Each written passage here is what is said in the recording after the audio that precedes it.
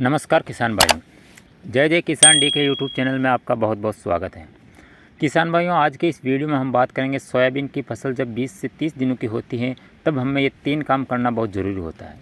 तो ये कौन कौन से काम है? तो किसान भाइयों, अगर ये काम कर लिया तो आपकी सोयाबीन का उत्पादन 7 से 8 क्विंटल प्रति बीघा के हिसाब से होगा। किसान भाइयों, वीडियो को शुरू से लेकर आखिर तक ज़रूर देखें ताकि आपकी सब जानकारी आपको समझ में आ जाए। जो बातें मैं बताऊंगा उससे अगर आप फॉलो करते हों तो निश्चित ही आपकी फसल की ग्रोथ और पैदावार भी अच्छी होगी। दोस्तों, अगर आप मेरे चैनल पर नए हो तो चैनल को सब्सक्राइब ज़रूर करें। किसान भाइयों, जब आपकी सोयाबीन की फसल 20 दिन की हो जाती है तो सबसे पहला काम तो ये करना है कि आप खरपतवार को पूरी तरह से कंट्रोल में कर लेना है। खरपतवार को कंट्रोल में कर लेंगे तो इसका उत्पादन पर और आपकी इस सोयाबीन की ग्रोथ पर बहुत ही अच्छा रिजल्ट देखने को मिलेगा।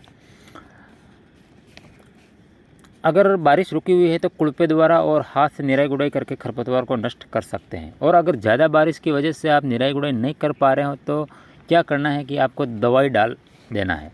खरपतवार नाशक दवा डालते समय 2 सावधानियाँ आपको रखनी है। कई बार क्या होता है कि बहुत सारे किसान भाई ज़्यादा खरपतवार होने की वजह से दवा का डोज बढ़ा देते हैं, तो हमें ऐसा नहीं करना चाहिए। जितना कंपनी की रिकमेंडेड होती है उतना ही उपयोग करना चाहिए। दूसरी ध्यान देने वाली बात यह है कि जब हम खरपतवार नाशक दवा का प्रयोग कर रहे हैं तो खेत में अच्छी नमी होनी चाहिए, तभी दवा का छिड़काव करना चाहिए। सूखे में खरपतवार नाशक दवा का छिड़काव नहीं करना चाहिए, बाकी हमें कोई रिजल्ट नहीं मिलेगा। और एक बात का ध्यान रहे कि दवा छिड़काव करने के बाद बारिश ना हो, इसलिए मौसम की अनुकूलता पर ही छिड़काव करें तो इसका अच्छा रिजल्ट मिलेगा। किसान भाइयों, दूसरी बात यह है कि आपके खेत में खरपतवार कौन सा है, चौड़ी पत्ती का है या सकड़ी पत्ती का है, फिर ये दोनों तरह का है।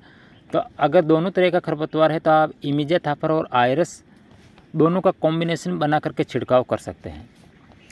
अगर ज़्यादा खरपतवार है तो आपको डोज को नहीं बढ़ाना है, सिर्फ टंकी की मात्रा बढ़ानी है। अगर आप 10 टंकी बना रहे हो तो उसकी जगह आप 12 टंकी बनाओ और थोड़ा धीरे धीरे चलो ताकि आपको इसका अच्छा रिजल्ट मिलेगा।